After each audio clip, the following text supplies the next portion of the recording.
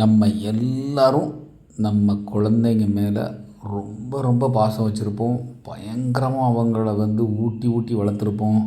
அவங்கள கீழே கால் படாத அளவுக்கு அவங்கள தாங்கி தாங்கி பண்ணியிருப்போம். இதே தான் நம்ம பெற்றவங்களும் நம்மளை பண்ணியிருப்பாங்க. கரெக்டு தானே?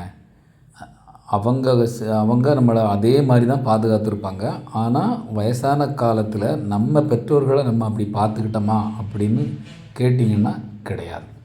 அப்படிங்கிறது தான் உண்மை. நம்ம குழந்தைய எவ்வளவு டேக் கேர் பண்ணுறோமோ அவ்வளவுக்கு அவ்வளவு நம்ம குழந்தைங்க பெரிய ஆள் ஆனோடனே அவங்க குழந்தைங்கள டேக் கேர் பண்ணுவாங்க. ஏன்னா நாம் அவங்களுக்கு இதைத்தான் கற்றுக் கொடுத்துருக்கோம்.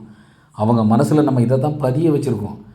அப்போது நீங்கள் வயதான காலத்தில் உங்களை உங்கள் குழந்தை பார்த்துக்கும் அப்படிங்கிறத நீங்கள் எந்த விதத்தில் நியாயமாக எதிர்பார்க்குறீங்க? நியாயமே கிடையாது இல்லையா? நாம் என்ன சொல்லி கொடுக்குறோமோ அதுதான் அவங்க செய்வாங்க.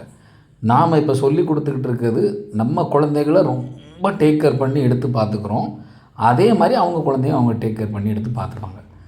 அப்போது நீங்கள் உங்கள் மேலே நிறைய பாசம் வரணும் அப்படின்னு எதிர்பார்க்குறது கொஞ்சம் சரியில்லாத விஷயந்தான். அதை மனசை தைரியப்படுத்திக்கோங்க. இல்லை அப்படின்னு சொன்னால் நீங்கள் இப்போது உங்கள் அப்பா அம்மாவை ரொம்ப ரொம்ப பாசமாக பார்த்துக்கங்க. அவங்களுக்கு என்ன வேணுங்கிறத ஓடி போய் முன்னாடி நின்று செய்யுங்க. எல்லாமே நல்லா நின்று பார்த்துக்கோங்க. இது உங்கள் குழந்தைகள் அப்படியே பார்த்துக்கிட்டே இருப்பாங்க. உங்களுக்கு வயசாகும்போது கண்டிப்பாக நீங்கள் என்னென்ன செஞ்சீங்களோ அத்தனையும் உங்கள் குழந்தை உங்களுக்கு செய்யும். இதில் எந்த விதமான டவுட்டும் கிடையாது. அதனால் குழந்தைங்கக்கிட்ட நீங்கள் எப்படி நடந்துக்கிடணும் அப்படிங்கிறத இப்போ நீங்கள் முடிவு பண்ணிக்கோங்க. அதுக்கு தகுந்தால உங்கள் வாழ்க்கை அமையப்படும். Thanks friends. வீடியோ பிடிச்சிருந்தால் லைக் பண்ணுங்கள், ஷேர் பண்ணுங்கள், உங்கள் ஃப்ரெண்டுக்கு ஃபார்வர்ட் பண்ணுங்கள்.